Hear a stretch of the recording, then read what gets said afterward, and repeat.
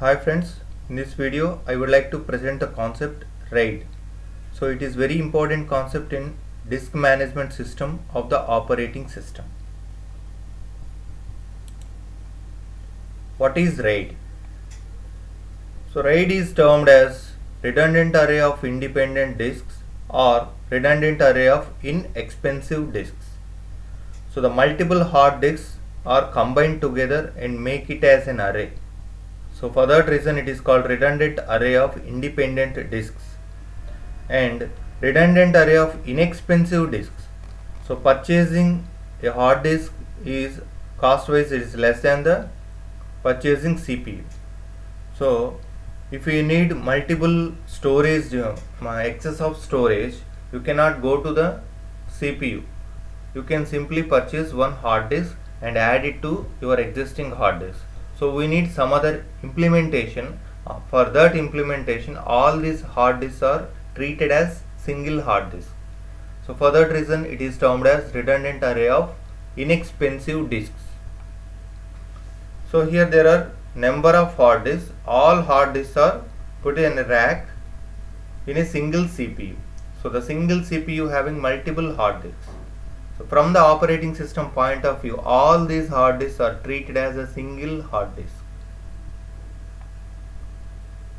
So RAID provides an implementation so that you can read and write data on different parts of the hard disk. Suppose you are storing some data, that data is divided and distributed to different parts of the hard disk. And for that reason, you can easily get back your data even the disk fail occurs. So that is the main advantage in case of RAID. Why RAID? So here the first reason is reliability. RAID provides a reliability. It means whatever the data you requested, that exact data will be available. If any organization maintains RAID configuration, so the organization is trusted. So like that it provides reliability. And performance. Even the RAID deals with some gigabytes and petabytes data. So there is a good mechanism available in the RAID. So for that mechanism, you can easily get data and write data. That means read and write operations are improved. So you can easily get your data. So if you observe, when you type something on Google, immediately you will get that particular links. So for that organization's RAID is suitable. So the performance is improved and performance is well in case of RAID. And next one is no fault tolerance.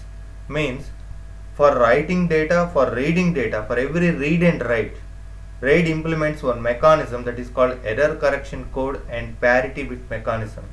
So with these mechanisms, it identifies whether the data is corrupted or not. If it is corrupted, it can be rolled back. Okay, so RAID provides no fault tolerance and availability. So if there is any RAID implementation is available, the data is available on 24/7. Whatever the data you request for that organization or from that organization, the particular data is always available. And RAID provides data security. It provides the security mechanisms and authentication mechanisms to provide the security of the data. So even the disk fail occurs, you get back that data, and unauthorized users are not accessing the data through RAID. So with all these qualities, we can go for RAID. But RAID is suitable for the organizations which are deals with the huge data. That means some gigabytes or petabytes of data. For example, Google, Amazon, YouTube, Facebook. These kind of organizations are implemented RAID. Now come to the RAID components. So in RAID we know there is a computer system which is having different hard disks. All are grouped as an array. Okay, here all the hard disks are available. To access the data on this disk, to write data or to read data on this disk, we need a special hardware device called RAID control. So through RAID control, a computer can write data on the hard disk on RAID array or get something from this hard disk. So here the RAID controller acts as an intermediate or interface between a computer or operating system to the data available on the disks. So these three are the main components in RAID. If you observe here, this is an array, RAID array. This array consists of total 5 hard disks, and 3 are grouped together and 2 are grouped together. There are 2 separate groups. These are called logical arrays. So this is one logical array and this is one logical array. So in a physical array you can generate number of logical arrays, but from the host point of view all these are treated as a single array. Okay, so these are the RAID components available, and here the main component is RAID controller. So the next one is RAID levels. Okay, so these are the different levels available on RAID. So starting from 0 to 5. So the RAID levels are not limited to RAID 5. There are so many levels, RAID 6, and the combination of the levels, RAID 01, RAID 10, RAID 60, like that there are so many levels. But in this video I would like to discuss only these levels, and these are the very important levels and most of the organizations are using these levels. Okay, so the RAID level starts from RAID 0, RAID 1, RAID 2, RAID 3, RAID 4, RAID 5. On each level there is a different mechanism applied. So based on the mechanism we distributed as different levels. Okay, so coming to the first level, RAID 0. So in RAID 0, so here you observe drive 1 and drive 2, means this is one hard disk and this is another hard disk. So in RAID 0 you need minimum of 2 hard disks, and your data is divided into number of blocks, and each block is stored like this. For example, your data is divided into 8 blocks. Block 1 is stored on drive 1, block 2 stored on drive 2, block 3 stored on again drive 1, block 4 on drive 2, block 5 on drive 1. Like that your data blocks are stored on 2 drives. So this method is called stripping. So this method is called stripping. You are dividing your data into different blocks and each block is stored on different drives. Okay, so performance wise RAID 0 is always good because the data is distributed and you are having 2 hard disks. You can store more data, and read operation, write operation is well performed in RAID 0. And here the drawback is there is no redundancy, means you are storing block 1 data here only, there is no other block 1 data. If this disk fails, all this data will be lost. So that is called fault tolerance. Fault tolerance, that means if any disk or any drive fails, you cannot get back that data. So that is the drawback of the RAID 0. So RAID 0 implements the mechanism stripping. Stripping means the data is divided into blocks and these blocks are stored on different drives or disks. Okay, next RAID 1. In RAID 1 there is 2 drives available, that is minimum 2 drives, and your data is divided into blocks here also, and those blocks are stored like here block 1, block 2, block 3, block 4. In the second drive also block 1, block 2, block 3, block 4. That means you are copying the data which is stored on one drive. That means drive 1 stores some data, the same data is copied into the drive 2. So this feature is called mirroring.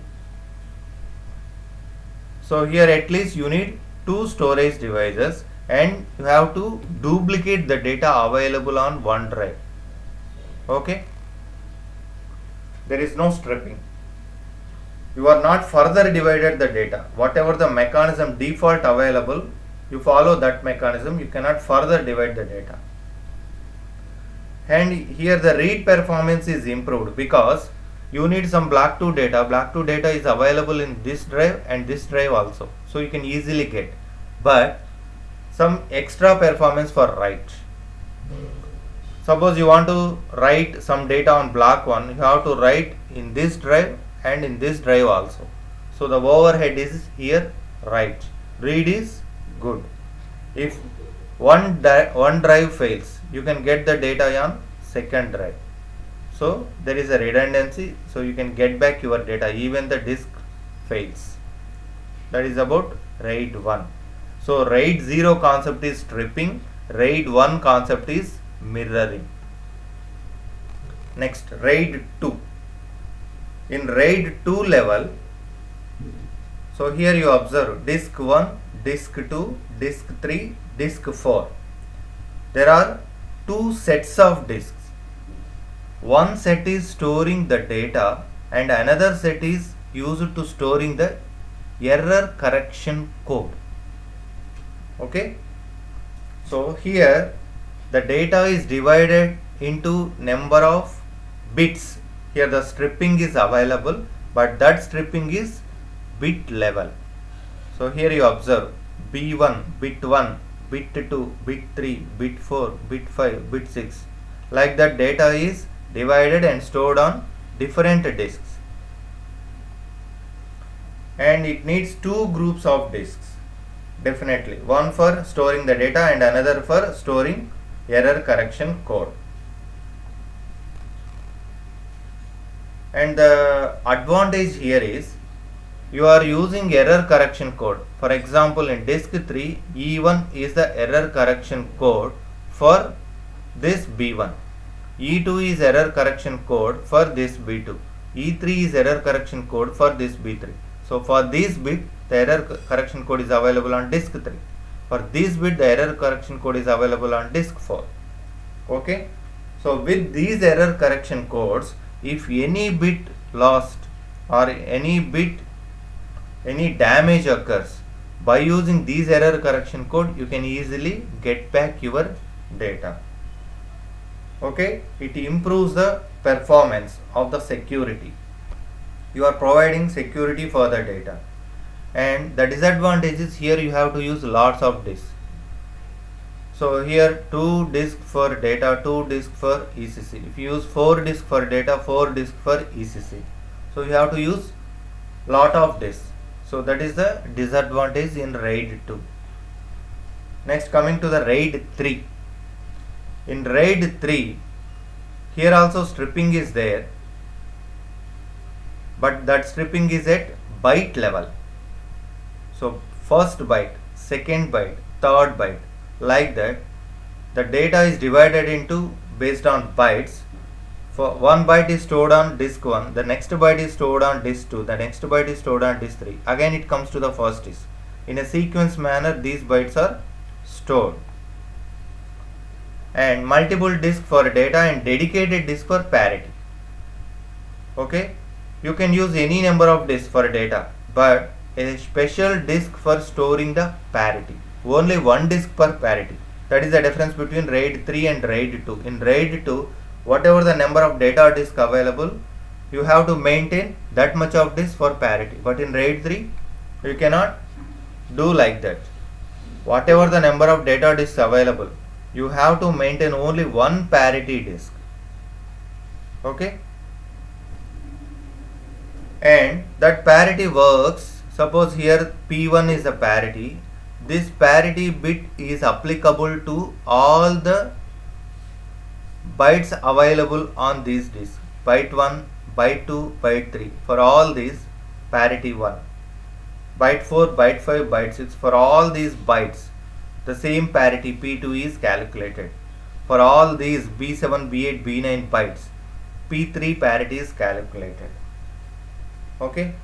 While using this implementation in practice, If the read and write operations are performed in sequence manner, it is good. So first read B1, then B2, then B3. If it is in sequence, whether read or write, it is good. But if there is any parallel read write operations are performed, it gives the worst performance. That is the drawback. One advantage is here you have to maintain only one disk for parity, and the data is stripped based on the byte level, and for this error correction code you can easily get back the corrupted data. There is no lot of parity disk available, and if your read and write operations are in sequence manner, it provides good performance. But in case of parallel read and write, it provides the worst performance. That is all about the RAID 3 level. Next, RAID 4. So in RAID 4, stripping is at block level. So one data block, that means your data is divided into blocks. Maybe the block contains number of bytes. Okay. So block level stripping is followed in RAID 4. So here you observe there are 3 disks available. Here one block A, block B, block C. Like that data is distributed on all the 3 disks. One parity disk is available. This P1 is calculated for all the data blocks A, B and C. P2 is calculated for all the data blocks like D, E, F. Like that for all the data blocks one parity. So one dedicated parity disk in RAID 4. So minimum of 3 disks here. So in this figure there are 3 disks for data and 1 for parity, but in real time minimum 2 data disks and 1 parity disk should be maintained in RAID 4. So it is for good random reads. So you can randomly read. So very fast. For every write, it has to write on a single parity disk. So when compared to read operation, write operation have a little bit overhead, because for every write you have to write on single parity disk. For writing data on block A or some block D or block E, you have to write the corresponding parity bit. When compared to read, write operation having a little bit overhead. Coming to the RAID 5. So in RAID 5, no separate disk for parity. So that is the main difference between RAID 3, 4 levels and RAID 5. In RAID 3 and RAID 4, there is a separate disk for storing the parity bits. But here there is no separate disk for parity. See, there are 3 hard disks available. Okay. All these hard disks having data and parity also. Okay, here the stripping is there, that is at block level. So block A, block B and the corresponding parity P1. Here block C and the parity is moved to the middle disk P2 and D. For C and D, P2. And this parity is moved to the first disk P3. This parity works for block E and block F. Okay. So in RAID 5 there is no separate disk for parity. So it is considered to be poor choice for use on write intensive systems. Means you need extra mechanism to identify where the parity is available. For every read you need to check where the parity is available. This parity is randomly changed. So first it is available on disk 3 and the next sequence it is available on disk 2. Then it is available on disk 1. So you need to identify where the parity is available for every read. So here, for example, when the disk 1 fails, we have disk 2 and disk 3. So disk 3 having parity for disk 1 block A, and it is having parity for disk 1 block C, and these two doesn't have parity on disk 2 and disk 3, but parity is available on disk 1. Even though we will get back the data, but we need long time to get back. That means the parity is distributed on different disks. If one disk fails, you can definitely get back your data, but it takes very long time. That means parity is not on a single disk, it is distributed on different disks. So that is only the problem with this. And another problem is, for every write you need to write the parity bit. You need to identify where the parity bit is available and go for that parity bit and write the parity bit. These are the drawbacks of RAID 5, but it reduces the disk. Okay. Next, RAID 6. So RAID 6 uses dual parity. Means, so all the disks are using for storing data and parity. There is no dedicated disk for parity. Okay. And here the stripping is block level. So here A block is stored in disk 1, B block is stored on disk 2, and disk 3, disk 4 contains the parity bits, parity block, P1 for A, P2 for B. Next, disk 1 store the block C, and these parities are moved backward. Now disk 2 and disk 3 having the parity data, and disk 4 having the data file. It is almost similar to RAID 5. In RAID 5 you are maintaining single parity, but here you maintain dual parity. Okay. So for each data block there are two parities. For A, parity 1, parity 2. For B, parity 1, parity 2. For C, parity 3, parity 4. For D, parity 3 and parity 4. So for each data block here you have to maintain two parity blocks. So the advantage is it can handle two disk failures. So because we are maintaining two parity blocks, even the two disk fails you can get back the data. That is the advantage in RAID 6. But implementation is very difficult and more read and write overheads. So the most of the cases the organization cannot go with RAID 6 implementation. Okay. So what is RAID 6?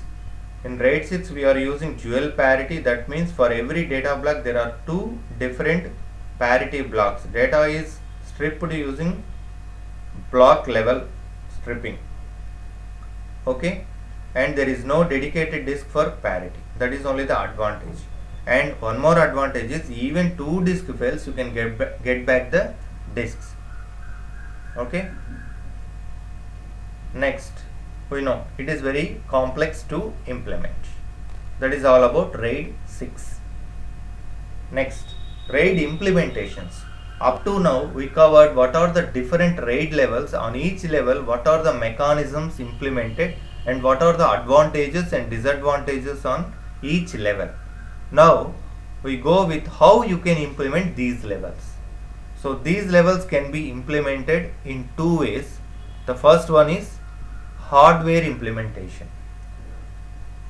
If you are go with hardware implementation, you need a separate disk controller card. You need separate hardware device to control all the activities of these disks and controls all drives attached to it. So using this hardware you can control all the drives attached to the RAID, and it performs all RAID related functions including volume management. So the RAID related functions means in different levels there are different functionalities. All these are implemented by using this specific disk controller card, and by using this you can also maintain the volume also. You can club the volume, you can defragment the volume, like there are some volume management functionalities.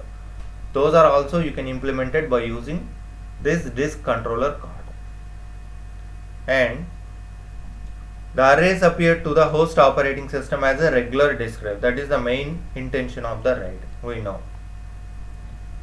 And it is dedicated cache to improve performance. So to maintain the memory, whether it is in primary or in secondary, always we need some cache memory. So that definitely improves the performance. The frequently used data is maintained in the cache memory. So through hardware implementation, there is a dedicated cache memory available on the disk controller card. With that, the performance will be improved. And generally it provides some type of administrative software. Definitely, if there is a disk controller card hardware is available to access the functionalities to settings these, automatically there is a software available. With that software you can control the total RAID. And this is another implementation, software. So here you remember two things. RAID implementation can be handled by using hardware or by using software. So if you implement RAID by using hardware, that is called hardware RAID. For hardware RAID, you need a separate CPU having rack for storing the hard disk, and you need a disk controller card. But by using software RAID, you no need such kind of hardware devices. Generally runs as part of the operating system. Okay, so the software RAID runs as the part of the operating system. There is no separate hardware devices needed. And volume management performed by the server.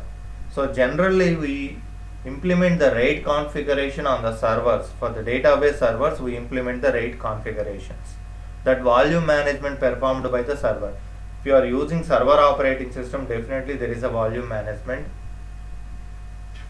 module is available. And it provides more flexibility for hardware which can reduce the cost. So implementation of hardware RAID is very cost when compared to implementation of software RAID. It reduces the cost also.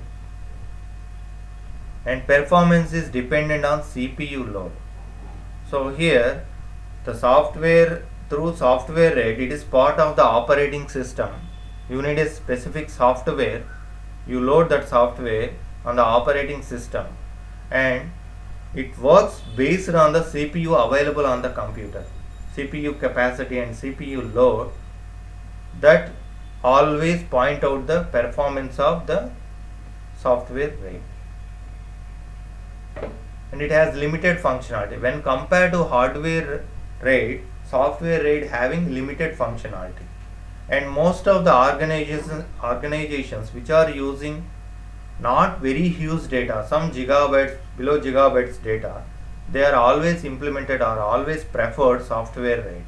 But the organizations are dealing with huge volumes of data, they definitely go with hardware RAID. So this is all about the RAID implementation. So guys, you enjoyed this session well. Thank you.